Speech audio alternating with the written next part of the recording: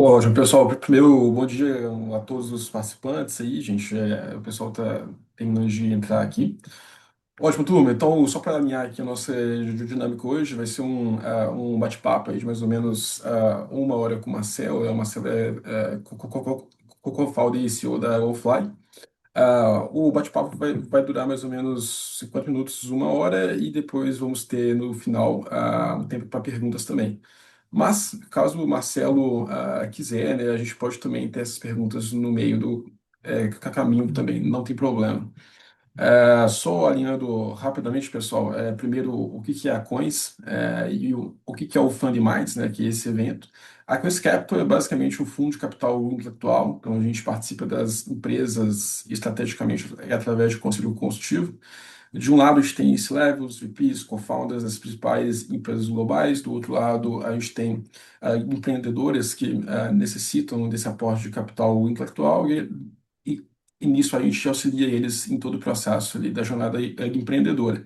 Essa iniciativa do Fund Minds é uma iniciativa para a gente trazer um pouco sobre o processo da jornada empreendedora com founders diversos de diversas companhias. E nessa edição, o tema vai ser sobre a Dragonfly, né? Hoje, uma empresa em rapidíssimo crescimento, né? Com várias coisas bem legais aí. Aí o Marcelo vai poder trazer isso um pouco mais para a gente. Marcelo, então, primeiro, bem-vindo, obrigado por aceitar esse convite aí também. Eu queria iniciar com você se apresentando um pouco mais, né, um pouco da sua trajetória, o que que é a Dragonfly, né, e nisso a gente bate um papo mais aprofundado, pode ser? Porra, com certeza. Bom dia, Thiago. Bom dia a todo mundo enfim, que tá aqui na call, na live. Obrigado pelo convite. Meu nome é Marcelo Linhares, eu sou CEO e cofundador aqui da OnFly. OnFly é uma empresa de tecnologia, que ajuda as empresas a gerir melhor, ah, viagens e despesas corporativas. Atualmente a companhia está com 3.000 empresas como cliente, mais ou menos ali 800.000 colaboradores usando a plataforma do OnFly com alguma frequência. Ao longo dessa jornada, a gente fez 3 rodadas, totalizando aproximadamente 240 milhões, com fundos como Tidemark, que é um fundo da Califórnia, Left Lane, fundo de Nova York, Cloud9, que é um fundo de growth do Brasil. Tá? Ótimo, Marcelo. Super interessante. Um pouco sobre a sua trajetória pessoal também. Como é que você foi para na Boa, Dragonfly, né? Como é que isso aconteceu? Também, né, trazendo um pouco de como é que foram os primeiros passos da Dragonfly, MVP, né? Esse processo mais early stage dela. E quais são os maiores insights dessa jornada, né? Como a sua trajetória pessoal se encontra também com a trajetória da Dragonfly? Queria entender um pouco mais sobre isso. boa. Cara, respondendo, você falou assim, poxa, para mim seria muito melhor se a gente fosse respondendo, se a galera tiver eventualmente perguntas e Perfeito, colocando, ótimo. podem colocando. No Não chat, gostaria de, até para pegar o time. E aí você vai me perfeito. ajudando, Thiago, porque eu não vou acompanhando o chat, mas você fica muito à vontade de ler as perguntas. Ótimo, perfeito. Boa, Combinado. mas, cara, eu era executivo de uma marca de varejo, então eu cuidava de toda a parte de e-commerce, omnichannel, digital dessa companhia, é uma empresa que chama Constance. Então, Lá a gente teve, ao longo da jornada, eu fiquei quase 6 anos lá, a gente passou por 4, 5 agências, e a gente teve alguns problemas ali com a parte de reembolso, fraude. E o meu sócio, Elvis, ele acompanhou isso, acho que ele sofria muito mais do que eu, porque ele viajava muito mais, e ele teve essa percepção que havia ali uma oportunidade, de fazer algo melhor, né? As pessoas falam um pouco que Empreender é sobre resolver exatamente uma dor. A gente tinha uma dor muito clara. Eu tinha problemas ali com. Eu recebia reembolso, eu pagava algumas contas da empresa, como a Amazon, por exemplo. Recebia um reembolso depois, vencia meu cartão, eu ficava com uma barriga, comecei a ter alguns problemas. Então, acho que o primeiro insight ali foi a gente entendia que tinha uma oportunidade de resolver uma dor nossa, que a gente convivia na companhia. Rapidamente a gente fez ali um levantamento, uma pesquisa, a gente viu que era uma dor, né, de várias outras empresas também, empresas de capital aberto, até empresas pequenas. A gente viu que lá fora já tinha alguns players no track de VC endereçando esse problema, né? Uma empresa que chama TravelPerk na Europa, outra que chamava Trip Actions nos Estados Unidos, que ela teve um rebranding para Navam agora. E a gente falou, porra, dá para fazer algo parecido no Brasil, né? Dito Legal. isto, a gente ficou um ano trabalhando ali todo sábado e domingo, né? A gente não saiu da companhia e começamos, cara, pequeno, começamos com um MVP, com um produto que realmente as pessoas davam risada, né? Mas começamos, né? Então, a primeira versão do OnFly era um front que a gente crawleava as companhias aéreas, tinha dois ou três features ali de gestão de usuários e política, e por trás era tudo offline, caía ali, e depois a gente foi automatizando, né? Mas foi um começo, cara, acho que difícil, enfim, acho que como todas as histórias, né? Começo muito difícil, e continua difícil até hoje. Mas é um pouco assim, Thiago, assim. Então, esse acho que foi o principal insight. Se tiver um problema, começamos resolvendo um negocinho muito pequeno, definimos bem claro ali o perfil de cliente ideal que a gente ia atuar naquele primeiro momento. E depois, cara, você vai escalando, você vai crescendo e acaba acontecendo com uma dinâmica de juros compostos, né? Isso depois vira um negócio relevante no longo prazo. Não, super interessante, Marcelo. E você falou sobre seu começo difícil. É, qual foi o maior desafio assim no early stage? Foi o produto em si? Foi funding? Foi o que exatamente? Quando Só de você curiosidade. tirar o negócio do zero, aí você precisa dos primeiros clientes. Geralmente, alguns primeiros clientes, eles falam, pô, mas você já tem alguma prova social? Né? E você, obviamente, você não tem nenhuma prova social porque você não tem nenhum case. Então, quando você está no absolutamente zero, não tem um cliente, assim, os caras que, obviamente, te contratam, eles assumem muitos riscos, né? Então, obviamente, conseguir os primeiros clientes foi extremamente desafiador, né? O produto era um produto razoavelmente limitado. E aí a gente usou algumas estratégias para tentar reduzir o risco desses primeiros clientes.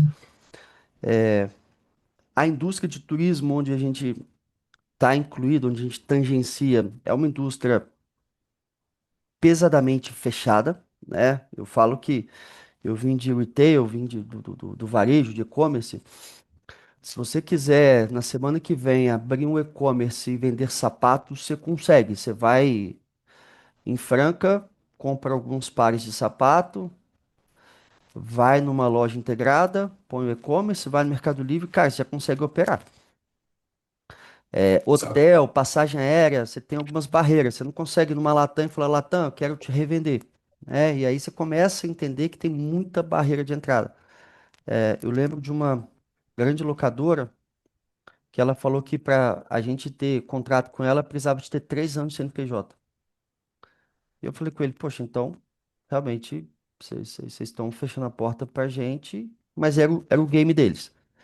Então é uma indústria muito fechada, Thiago, assim, é, a gente bateu muita cabeça para tentar destravar um pouco essa indústria. Legal. E uma dúvida, Marcelo, também sobre Sobre os primeiros passos, né? A Lo-Fi, ela nasceu bootstrapping, ou ela teve um funge inicial, né? Os capital por seed. Ah, como é que foi esse processo, né, de fundraising da OnFly?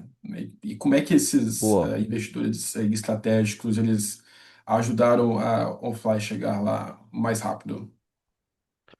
ô Thiago, foi bootstrap total. A Legal. gente, os meus sócios, a gente era executivo, a gente pulou para dentro. Eu falo Uhum. que o maior investimento foi, obviamente, o meu tempo, meu custo de oportunidade. Eu tinha uma remuneração como executivo e eu topei ficar um ano sem nenhuma remuneração. Então, esse talvez seja o maior investimento que eu tenha feito, né? Mas fui bootstrap 100%. Ao longo, né, no início a gente tentou captar, não conseguiu, né? Assim, obviamente você tem, né, várias objeções ao longo da jornada. Ah, não conheço o setor, quero esperar mais tração, tá confuso ainda a dor que vocês resolvem, time sem experiência. é, então foi bootstrap e então não tivemos esse talvez privilégio de captar. E a primeira rodada que a gente fez foi em 2020, já em dezembro. Pós pandemia, no meio de uma pandemia, na verdade, a gente estava começando a dar uma retomadinha e foi de um fundo de Brasília, Cedro Capital, que foi um seed, Legal.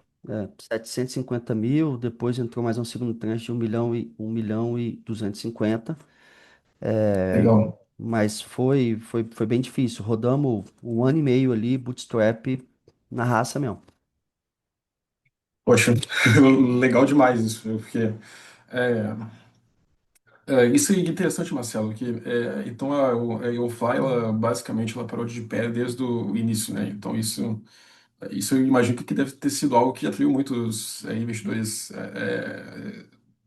que passaram pela YoFly, né? Então esse justamente esse bootstrapping desde o início, correto? Tiago, cara, assim, de onde a gente veio, né? Assim, Belo Horizonte, trabalhava em varejo, que não é uma indústria, que tem holofotes de venture capital, não é sexy o suficiente como, né? Então, Exato. a gente não conseguiu captar, cara, assim, algumas poucas pessoas conseguem captar num PowerPoint ou com MVPzinho Uhum. validado. Se você olhar exatamente os caras que captam no PowerPoint ou bem no início ali, ou o cara foi 99, ou o cara foi McKinsey, ou o cara foi Uber, ou ele já, né, ele já passou por uma jornada, ou foi de fundo de investimento. A gente era muito outsider desse negócio, então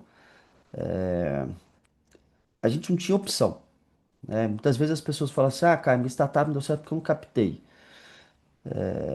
Eu discordo fundamentalmente, né? Assim, eu não acho que tem um jeito ou outro jeito. Tem um jeito que eu aprendi que eu sei fazer, que é pôr o negócio em pé e pôr receber o melhor dinheiro, o dinheiro do cliente. Se você vai pondo o Legal. dinheiro do cliente para dentro e vai crescendo, cara, o segundo step, aí naturalmente o investidor vem, né? Essa lógica de, cara, primeiro eu capto, para depois eu mostrar crescimento. Foi um jogo que eu não consegui jogar, tá? E de verdade, sendo super honesto, eu acho que 99% das pessoas, 98% das pessoas não tem acesso a essa oportunidade de captar no PowerPoint, de captar no ultra early stage sem receita, tá? Então, acho que a dica que eu posso dar para todo mundo, cara, põe algo de pé, começa a tracionar a receita, põe o teu cliente para te financiar e aí depois as captações vão vir quase que naturalmente, tá? Acho que essa é a minha provocação. Acho que eu vou pegar algumas perguntas Legal, aí, viu, Thiago? Marcelo. Boa. Exatamente. Iniciando as perguntas aqui, o Kanye, ele falou que ele é fundador de uma startup tech B2B e que ele ficou curioso sobre a Offline. Qual foi o primeiro canal que vocês conseguiram transformar de verdade? E qual acabou sendo mais escalável? Foi a pergunta do Kanye. Boa, Kanner. Cara, eu lembro direitinho quanto que eu pagava. Meu CPL no Facebook Ads era R$ 4 e meu CPL custo por lead e meu custo por cliente era algo perto de R$ 40. Mas o meu primeiro canal que a gente conseguiu ter um certo grau de previsibilidade foi Inside Sales, e fazendo muito Face Ads, Google Ads. Fazia aquilo ali muito bem. Eu operava mesmo, assim, de manhã, tarde, noite, mas comecei a ter uma atração de tráfego ali. E na paralela, acho que isso é legal de ecossistemas como o nosso, né? A gente aciona um ou outro, tipo assim, pô, os meus clientes foram Rock Content, Sambatec, Dito, foram empresas startups de BH, também que a gente conseguiu colocar, mas o primeiro canal de aquisição que a gente conseguiu ter previsibilidade de escalar foi Insight Sales, tá? E acho que talvez uma dica que eu dê. Às vezes eu vejo a turma começando, o cara abre field sales, outbound sales, cara, um canal, uma validação, faz muito bem, né?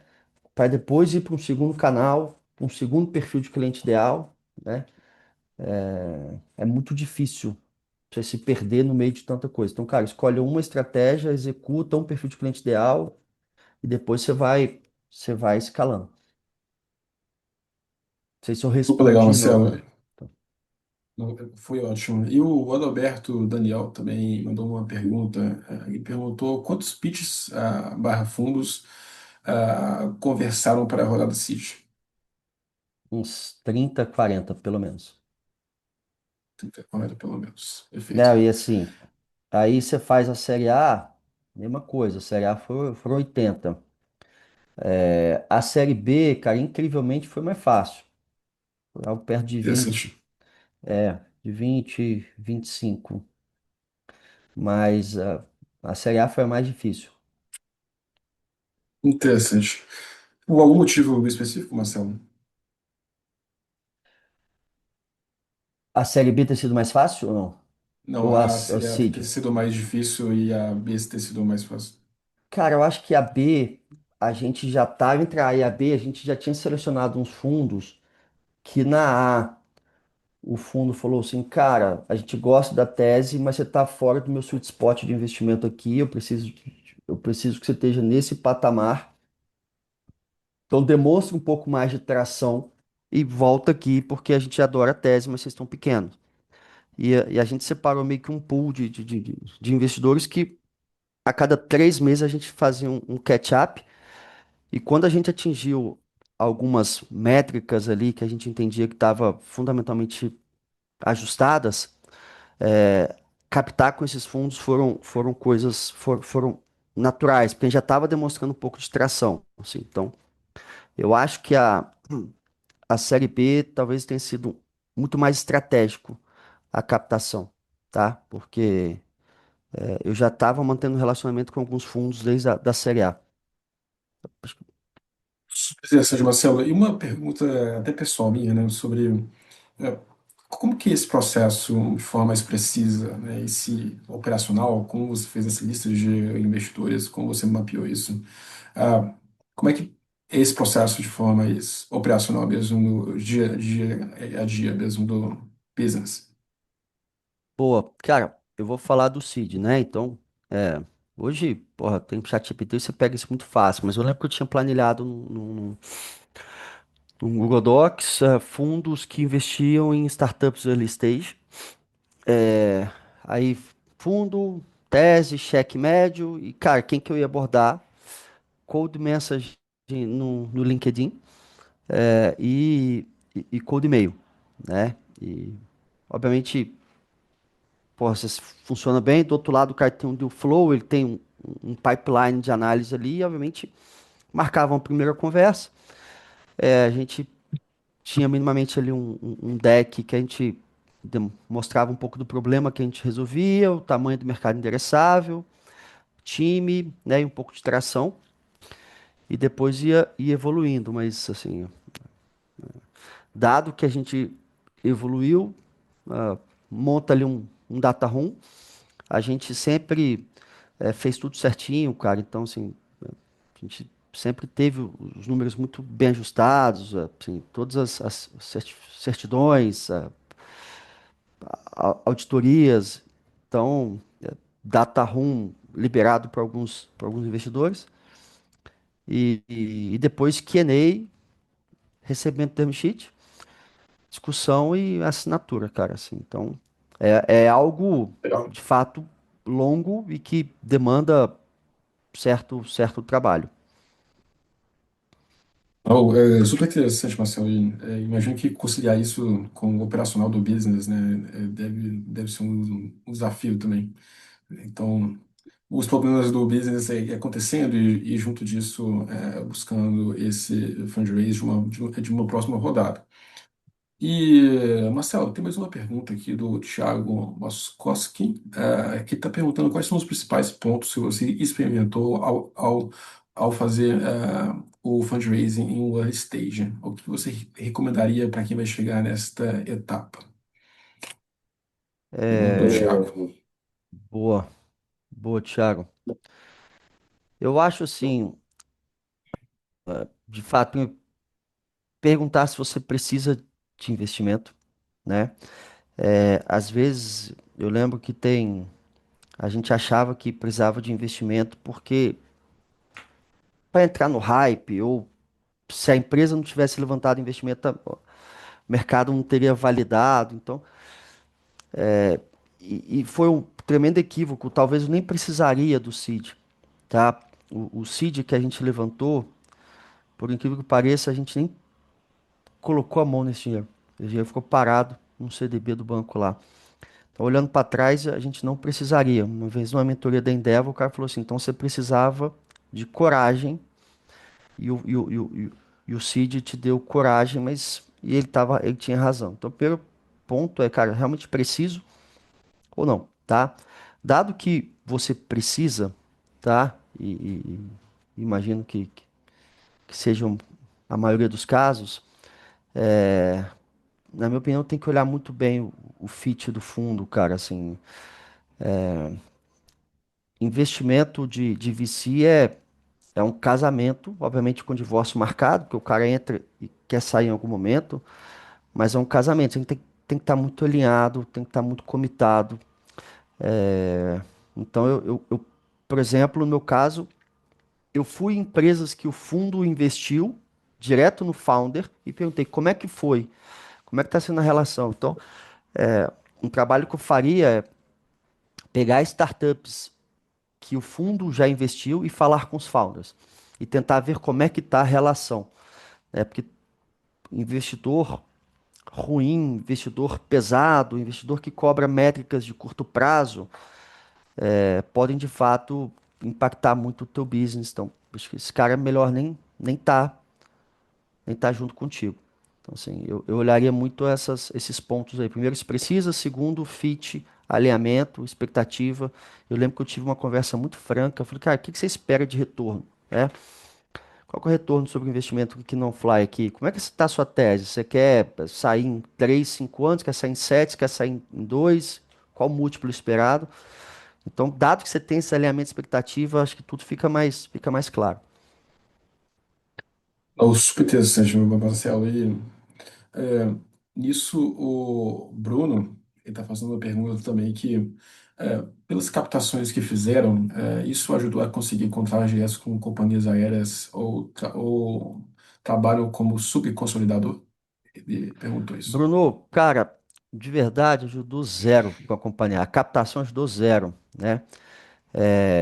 O que com, o que ajudou com companhia aérea foi volume, né? Obviamente, a gente tirar o IATA, você sabe como é que funciona, mas tem lá uma cartinha de fiança que você deixa ali, e volume. O que muda o ponteiro de companhia aérea, no nosso caso, foi volume, tá? Não foi investimento, não. E direto com as companhias aéreas, eu trabalho como subconsolidador.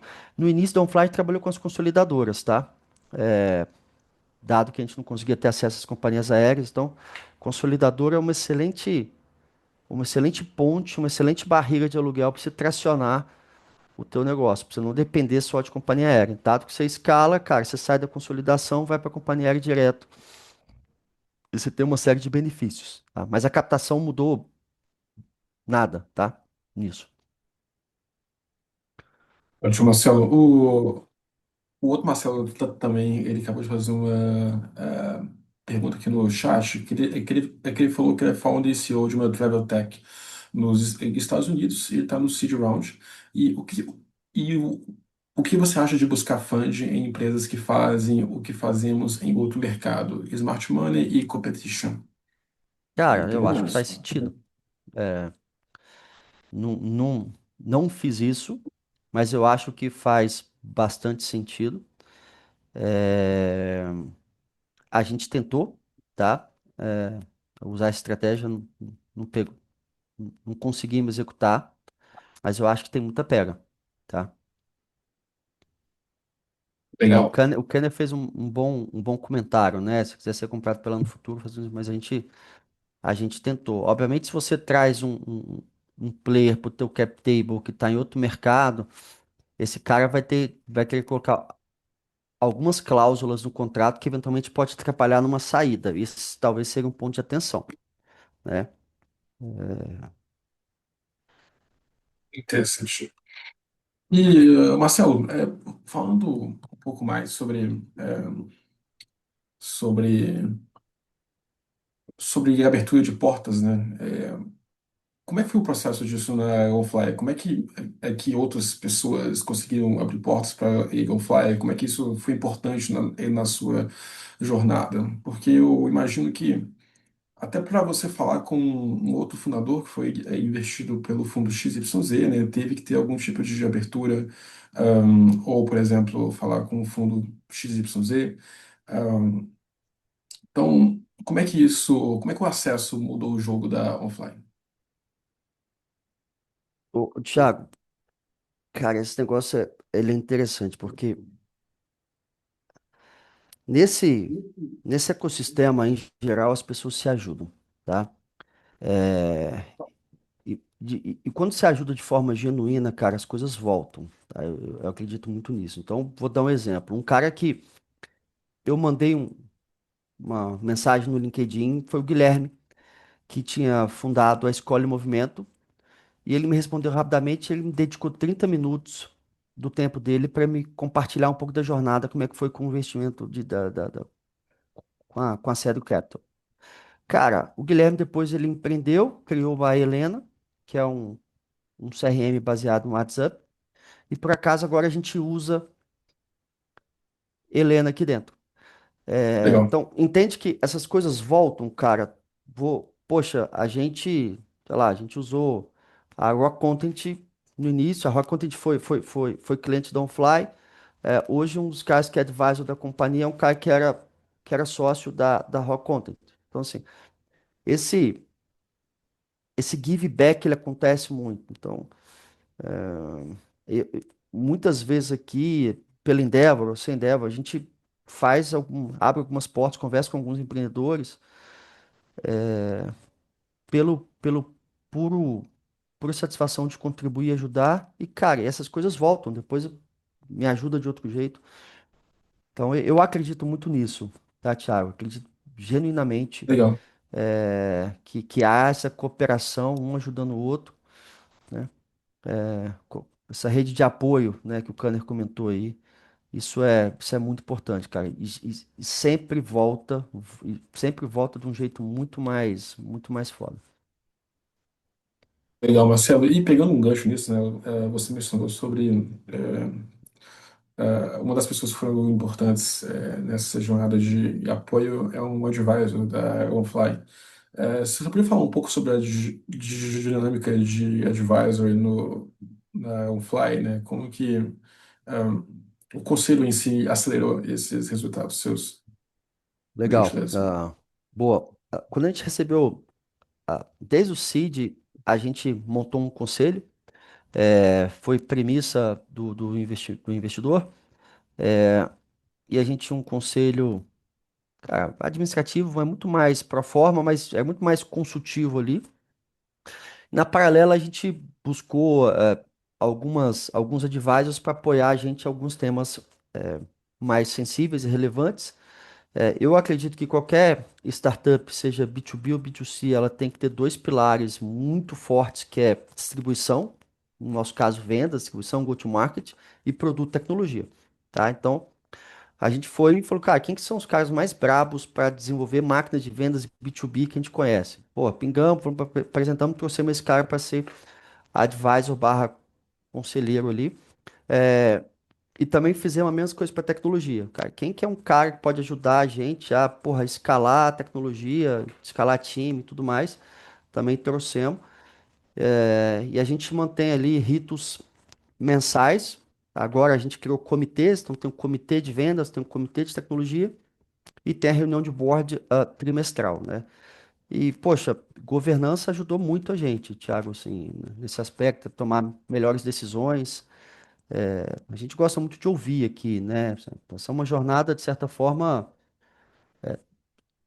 solitária e a gente tá a um fly de longe, meu maior desafio da minha vida. Eu tô descobrindo, todo dia eu acordo no meu maior desafio profissional da minha vida. Então, eu preciso conversar com pessoas que já passaram por problemas parecidos, né?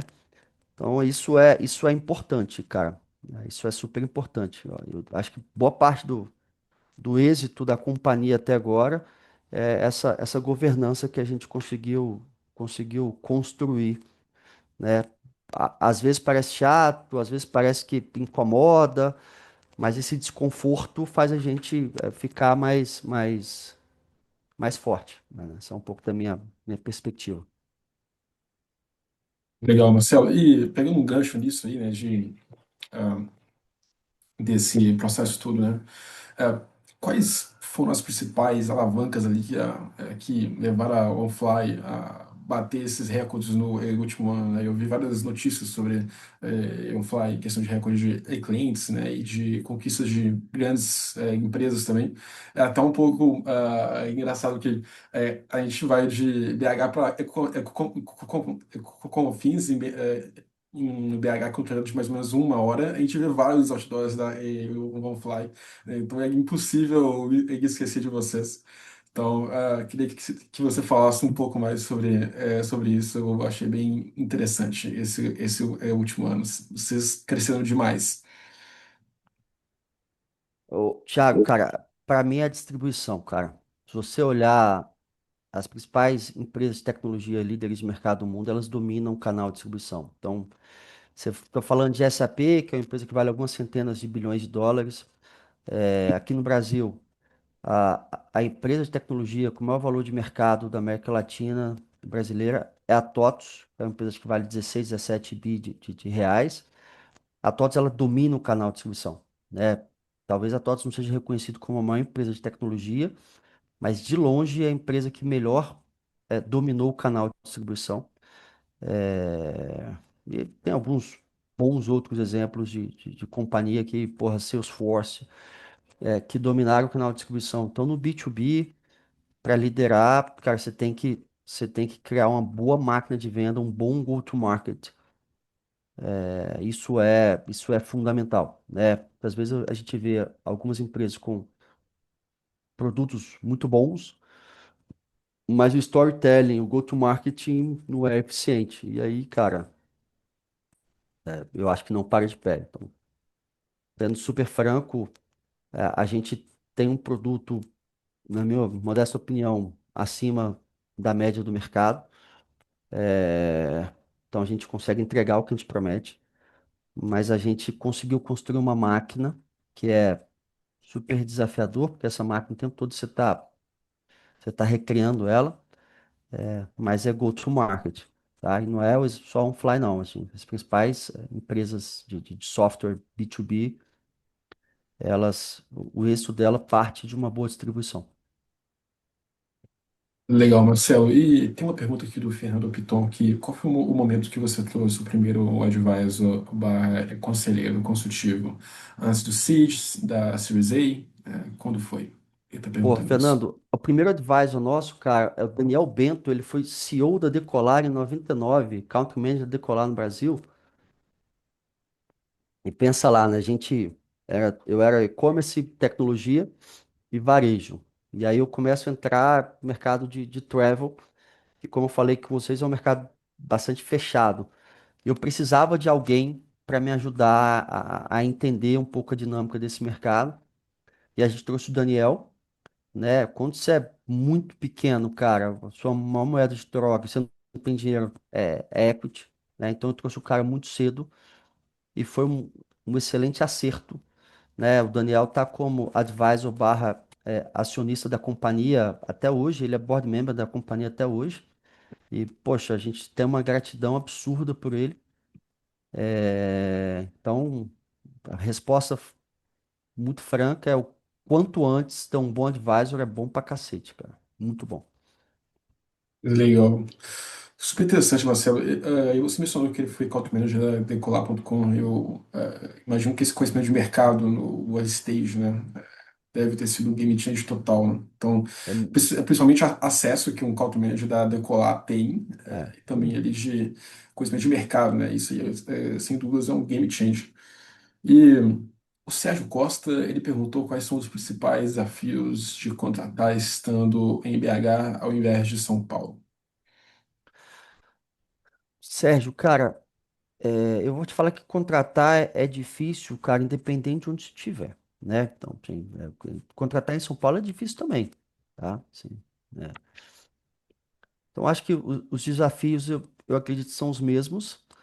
Eu acredito muito em formação de pessoas, então a gente acabou de pôr agora uma turma de trainees aqui, de tech, processo seletivo duríssimo. Teve 800 pessoas que se aplicaram, 5, 6 etapas. No final, a gente contratou 23 pessoas.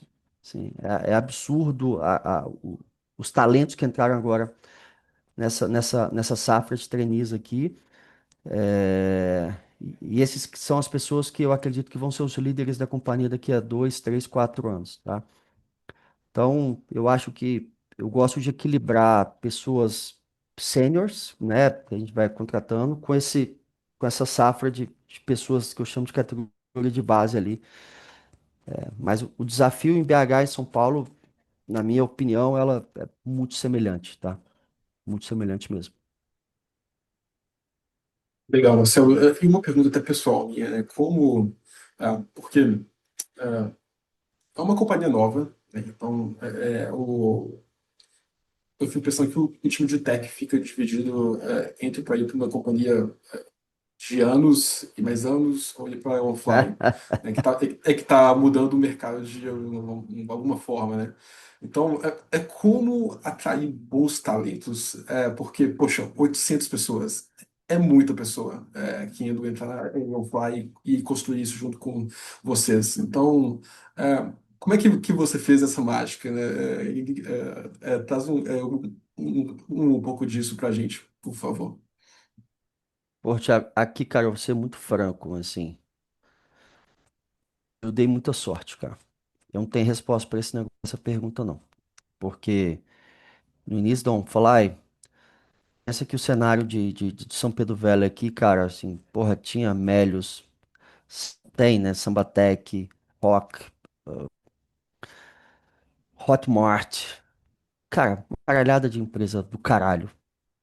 E os caras queriam trabalhar nessa empresa, não, não, obviamente. Então, o jeito que a gente teve fazer, e eu era desenvolvedor de software, né, assim, então as primeiras versões eu desenvolvi o software, e a gente não conseguia, primeiro, a marca ninguém conhecia, e a gente pagava mal. Então a gente abriu o processo seletivo para pessoas bem júniores e o que eu pude fazer, cara, é fazer meio que uma mentoria ali de carreira dessa turma. Fiz um plano ali junto com a Lain, que depois virou o CTO, muito rápido na companhia. Mas a real é que parte dessa galera que entrou lá atrás, cara, pô, a Geise, por exemplo, hoje é diretora de travel, lidera hoje quase 80 pessoas em direto, e ela veio dessa safra. Então, assim, porra, o que que eu fiz, cara? Eu dei sorte. Acho que Deus me abençoou ali. O Breno, que tá aqui até hoje, a Ellen também, que virou gerente. Então, vem muita gente braba dessa safra pequenininha aí. É, não teve nenhum hack, não. Vou te falar que foi muita sorte. Muita sorte mesmo, cara. E, obviamente, essas pessoas foram crescendo e a gente foi dando pista pra elas, né? Às vezes eu vejo empresas que o cara tem gente boa dentro da companhia, e ao invés do cara pegar e subir essa pessoa, traz uma pessoa de fora, né? Ah, não, porque o cara é de fora faz... E tem um puta de um talento dentro de casa, né? Então, acho que uma coisa que a gente sempre prestou atenção é, eu quero que essa turma que começou de baixo, que essa tenha as mesmas oportunidades que quem está de fora. Muitas vezes algumas companhias elas criam um desequilíbrio, né? Só é bom quem é de fora. E eu sempre evitei isso aqui, cara. Sempre valorizei muito a turma que tá aqui dentro aqui. Então, mas foi muita sorte, cara. Muita sorte. É muito difícil, cara. Porque no início, pô, como é que você compete com Nubank? Como é que você compete com, sei lá, com PicPay, né? Com essas grandes empresas é difícil, muito difícil mesmo. Mas uma coisa é fato, né, Marcelo, que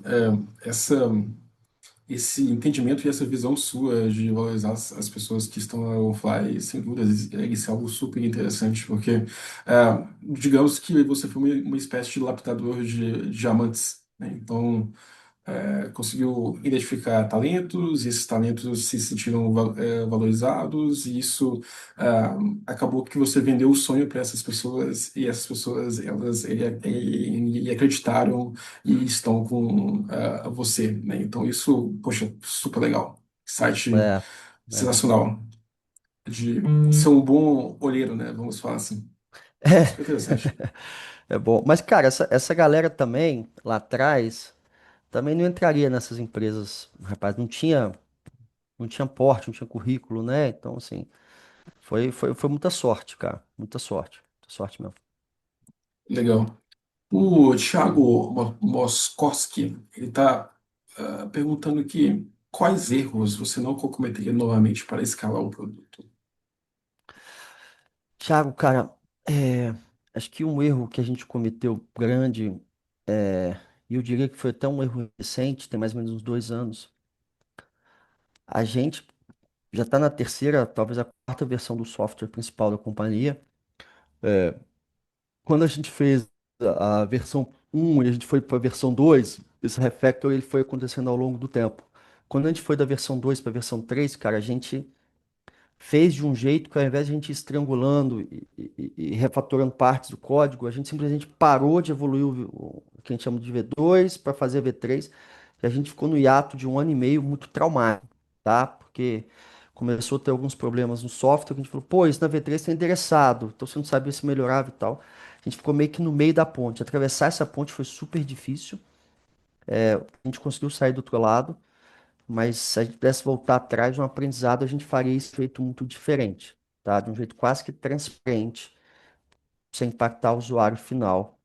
E internamente isso gerou muita frustração para muitas pessoas aqui que estavam envolvidas no projeto, né? Isso foi um erro bizarro que a gente cometeu e, enfim, aprendemos. Legal, Marcelo. E uma pergunta também pessoal minha de como que crescimento e cultura caminham juntos nessa jornada, né? Porque eu imagino que deve ser um baita desafio, né? Quando as coisas elas começam a ter ali realmente desafios, né? É, então, tem desafios que você está, de certa forma, descobrindo as respostas juntos, junto com as pessoas, né? Então, como que a cultura e o crescimento, eles andaram juntos nesse processo? Tiago, a gente fez um offsite com liderança agora. A gente tinha mais ou menos uns 40 líderes ali. A gente perguntou para as pessoas se apresentam, um conhece o outro. E, cara, o que motivou você a entrar no Fly, né? E 60% das pessoas falaram oportunidade, crescimento, desafio. Legal, Então, as pessoas já entram aqui sabendo qual que é a regra do jogo, tá? legal. Então aqui vai ser realmente um negócio puxado, um negócio desconfortável, um certo nível de imprevisibilidade. Tem pessoas que gostam desse ambiente, tem pessoas que não gostam desse negócio. As pessoas que gostam desse negócio se sentem muito confortáveis aqui, pula pra dentro. As pessoas que não gostam, a gente contratou várias pessoas, cara. As pessoas não ficam muito tempo aqui. Ah, cara, vocês mudam muito. É muito imprevisível. Cara, muda mesmo. Empresa a cada 3 meses ela tá com outro patamar de tamanho, óbvio que vai mudar. Ah, mas eu tenho dificuldade. Cara, então, obrigado. Talvez você vai ser feliz em outro lugar, né? Eu já trabalhei em empresas que não cresciam nos últimos 5 anos, o crescimento médio era coisa de 3, 4%, crescia abaixo da inflação. Já trabalhei em scale-ups também que cresciam 90, 100% ano sobre ano. São jogos muito diferentes, são culturas muito diferentes. Então a gente tenta trazer pessoas que querem trabalhar numa scale-up, numa empresa que realmente tem uma ambição de fazer algo muito maior. E não alguém que quer simplesmente ali manter o status quo e tocar uma bola para o lado e eventualmente trabalhar de um jeito muito mais previsível. Então, essa cultura a gente tenta travar na contratação, cara. A pessoa tem que querer estar Legal, aqui e a gente já joga muito claro como é que é o jogo aqui. Falando que é o melhor, o pior, é como funciona, tá? legal. Oh, super interessante, Marcelo. E o Guilherme Moscardini está perguntando como manter a cultura de dom e a disciplina de cursos do Bootstrap após receber um aporte volumoso, sem deixar que os excessos de capital gere desperdícios ou perda de foco. Poxa, super interessante. É um Cara, o desafio, Gui, o né? Gui, o Gui é o cara das perguntas inteligentes, cara. Mas assim, no início do OnFly, a gente ia de ônibus para São Paulo, a gente ia de ônibus para o Espírito Santo, né? Então, assim, era realmente um momento de muita restrição de capital, e aí você cortava. E quando você capta, de fato, vem uma abundância de capital e a empresa hoje tem um caixa que eu jamais, em nenhuma estimativa, acreditaria que a gente teria. Agora, isso não dá o direito de ninguém rasgar esse dinheiro. Eu acho o termo queimar dinheiro, eu acho horroroso, né? Ah, queimou quanto esse ano? Cara, você não está queimando, você está investindo dinheiro, né? Você está construindo algo que em algum momento vai te dar um retorno. O termo queimar é muito feio, né? Então, dito isto, isso é testado o tempo todo aqui na companhia, né?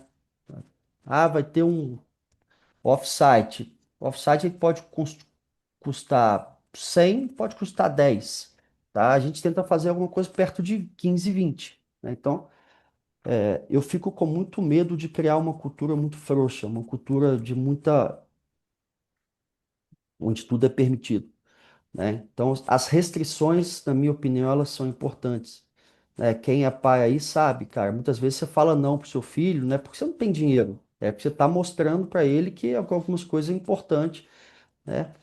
Até para ele dar valor pro que ele tem, não é isso? Né? Quem é pai, o cara te pede um brinquedo de 10 reais e tá com três brinquedos na mão, não é porque você não tem 10 reais, é porque, cara, dá valor para o que você tem aí, brinca com esses brinquedinhos aí. Então, na empresa é muito parecido, cara, assim. A restrição, ela é importante. Se for um negócio onde tudo pode, onde o dinheiro jorra, assim, se for esse jogo, eu prefiro até sair. Eu não consigo ficar bem no ambiente desse, não, porque eu nem acredito. Então, Gui, assim, isso é todo dia, você sabe como é que é. Tem os excessos, a gente briga pra lá, briga pra cá, mas é difícil, cara. É difícil mesmo. Tem gente que confunde as coisas.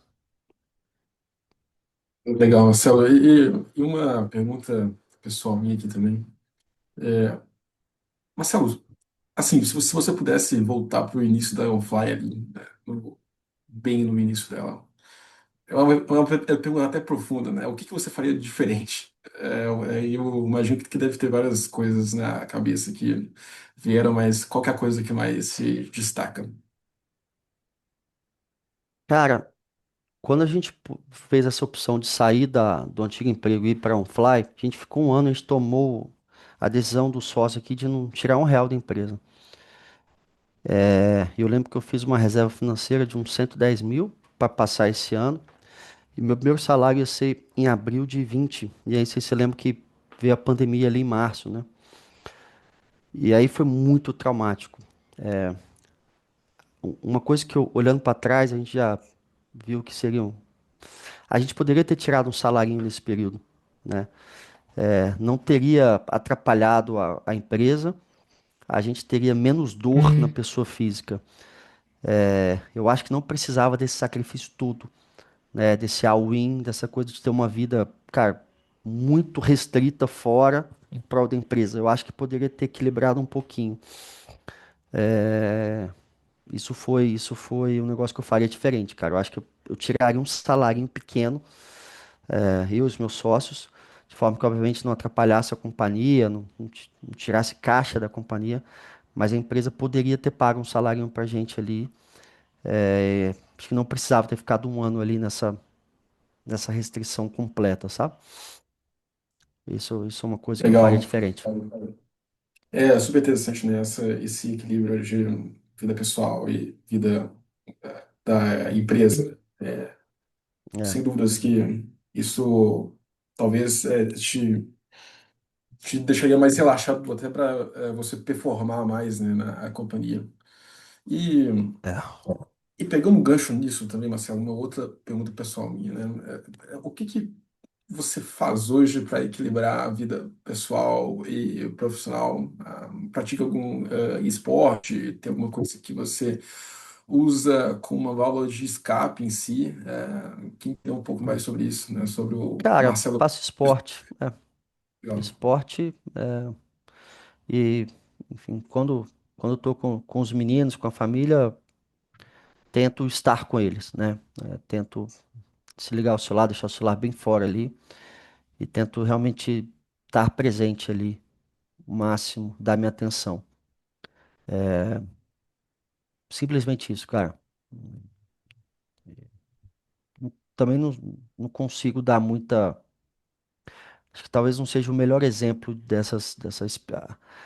Sempre é desbalanceado, assim. Nunca é perfeito, assim. Muitas vezes a empresa demandou muito mais minha atenção e eu pulei muito mais para dentro. Em casa as coisas balançam. E aí, cara, você faz um combinado com sua esposa. E é assim que as coisas funcionam. Pelo menos para mim funciona, né? Acho que tem esses momentos que são tensos ali. Empreender vai ter dia que você vai trabalhar 12 horas, 14 horas, cara. Não tem jeito, né? Pula pra dentro. Exato. E o Sérgio está perguntando sobre, falando de cultura. Você sente que a OnFly já chegou em algumas squads no modelo de corp ou todas as squads ainda seguem o modelo startup? Fail fast, be bold e com muito respeito ao dinheiro. Ô, Sérgio, cara, assim, essa pergunta ela é ótima. Eu ainda tô aprendendo aqui. Tem coisas que eu tenho visto com alguma frequência aqui que tem me incomodado bastante, né? Que tem parecido às vezes até a IBM, né? Uma empresa grande, né?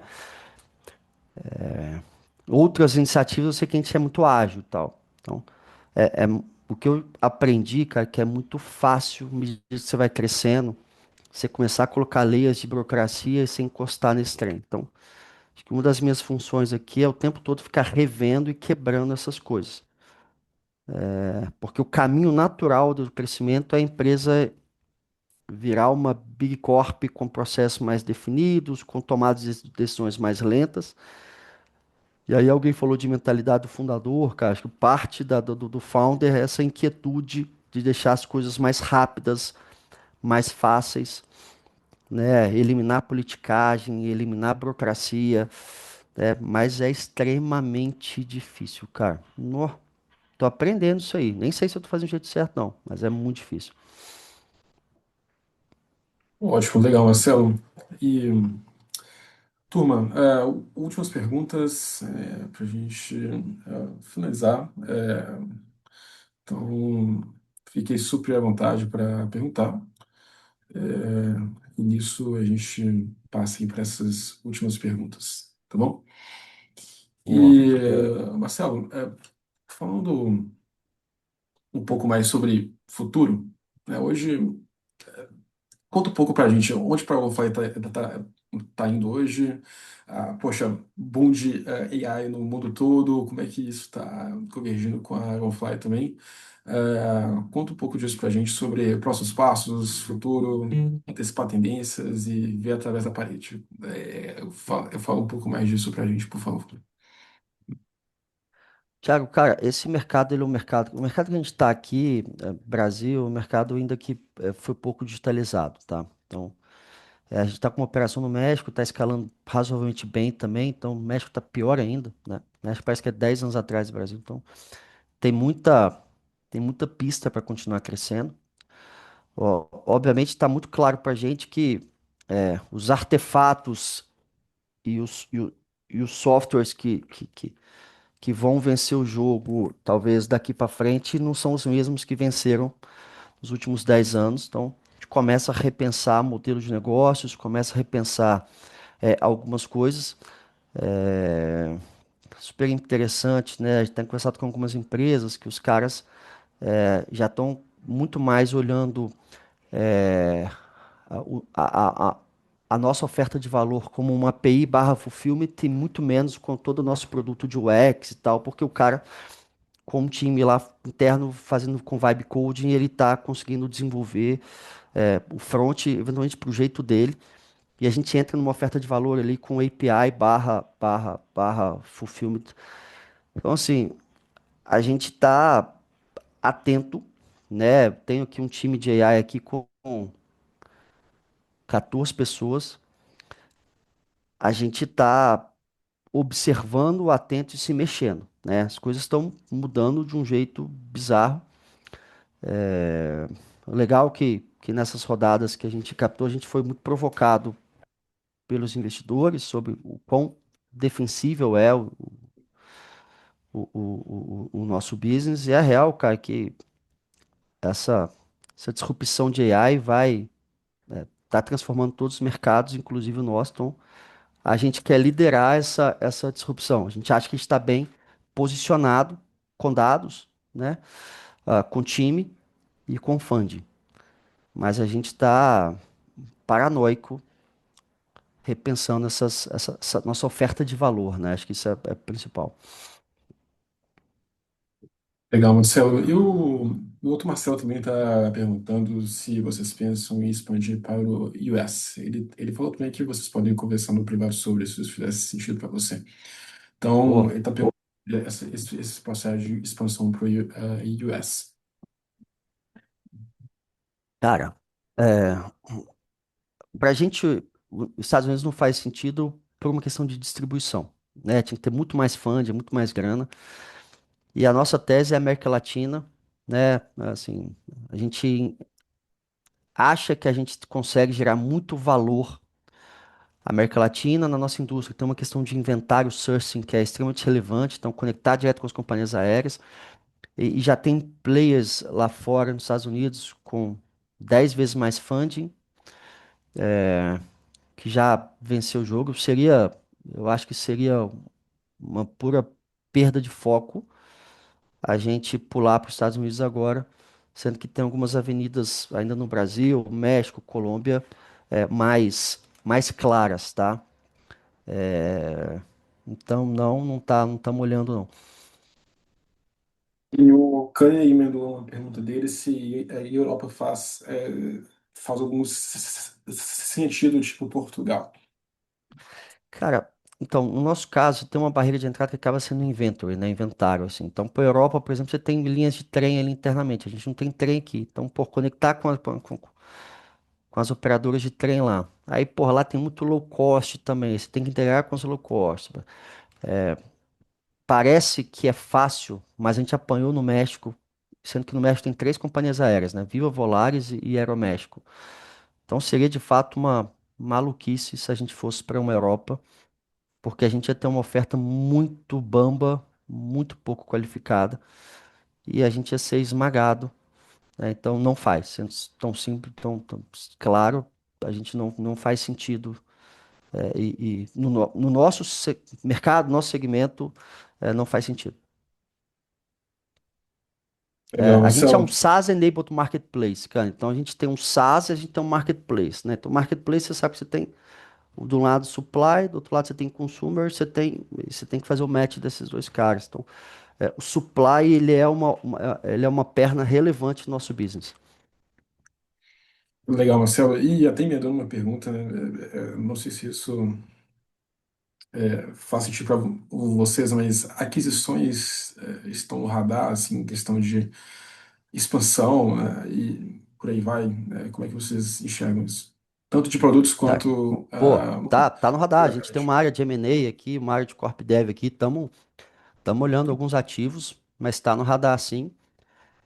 Parte do Use of Proceeds da Series B é para M&A. Por outro lado, a gente acha que tem que ser diligente, tem que ser responsável, né? Mas a gente tá olhando o M&A sim. Legal, Marcelo. Boa. Turma, então, últimas perguntas. Para a gente finalizar. Nisso, a gente finaliza aí no tempo correto. Boa. Boa. Dou-lhe uma, dou-lhe duas. É isso. Tá. O Kanye fez uma última pergunta se o Marcelo é um CEO full stack. Cara, eu ainda tô aprendendo esse negócio de CEO aqui, tá, cara? Mas a real, no early stage, cara, você tem que fazer a porra toda. Ah, então, assim, não tem um segredo, não. Desde ligar na CEMIG pro cara instalar a tua lâmpada, instalar a luz, instalar a TV na parede, fazer o pitch, desenvolver código, configurar CRM. De novo, né? Não é uma receita, é o jeito que a gente fez aqui, né? Então, eu não consigo entender como que uma empresa early stage, o cara já tem CEO, já tem Chief of Staff, já tem CFO, tal, tal, tal. O jeito que eu sei jogar é, cara, quando você é pequeno, você tem que fazer tudo. Você é o cara do LinkedIn que faz os posts, você é o cara da estratégia do marketing, o go-to-market. É, o, é, é isso, cara. É o jeito que eu acredito. O Marcelo É fez isso. um comentário aqui que eu achei engraçado, que ele comprou móveis na IKEA para o É, nosso escritório que eu mesmo montei. é isso aí, cara. Não tem, É bem nessa tem vibe, né? jeito. Não. É. É quem cruza, quem dá assistência, quem faz Se eu full o stack é uma staff. boa definição, cara. Obviamente, depois você vai escalando companhia, você vai trazendo pessoas que são complementares que vão fazendo aquilo de forma muito melhor. Você traz um cara do marketing, depois você traz um CMO, depois você traz um diretor de tecnologia, depois você traz um CTO. Legal. E aí, naturalmente, essas coisas vão escalando, né? É, Mas no início você tem que fazer tudo, cara. Não tem jeito não. Legal. Não, super interessante, Marcelo. Primeiro, então, poxa, um prazer de ter batido esse papo juntos. Obrigado mais uma vez por aceitar esse convite também. E eu tenho uma última pergunta. Quem que você indica para vir aqui falar com a gente também? De próximo Fã Demais, que veio aí na sua mente. Vai ser um prazer recebê-lo também. E é isso. Boa, boa, cara. Eu agradeço o convite, adoro se bater esses papos aí. Espero que tenha Muito bom. contribuído com alguém que participou, que tenha gerado valor. Olha, tem alguns nomes. O Cadu da Lu é um puta de um cara, puta de um empreendedor Legal. foda, né? O Aloysio da Loyal também, brabíssimo. É. Porra, o Legal. Max da Max Milhas, adoro ele. O Igor, que tá na Core agora, que fundou o Moip, fez o Exit, baita de um cara, me ajudou muito na minha jornada. Cara, tem bons, tem o Luquinha, o Lucas Marques do Melios, foda. Legal. Tem muito cara brabo aí que acho que vale o convite, cara. O Dieguinho da Rock, brabíssimo, fora da curva. Tem muito Legal. cara bom. Pô, Marcelo, perfeito. Boa, Então. Ótimo. Então, boa, Marcelo, obrigado. Vamos nessa juntos. Conte com a gente também. Foi um prazer em tê-lo conosco participando. E vamos nessa. boa. Valeu, Ótimo. turma. Valeu, Bom Marcelo. dia, obrigado. Abraço. Valeu, Abração, viu? tchau, Até tchau. mais. Ô, tchau, Tchau, abraço, tchau. gente. Parabéns aí pelo Abraço. acerto. Muito bom.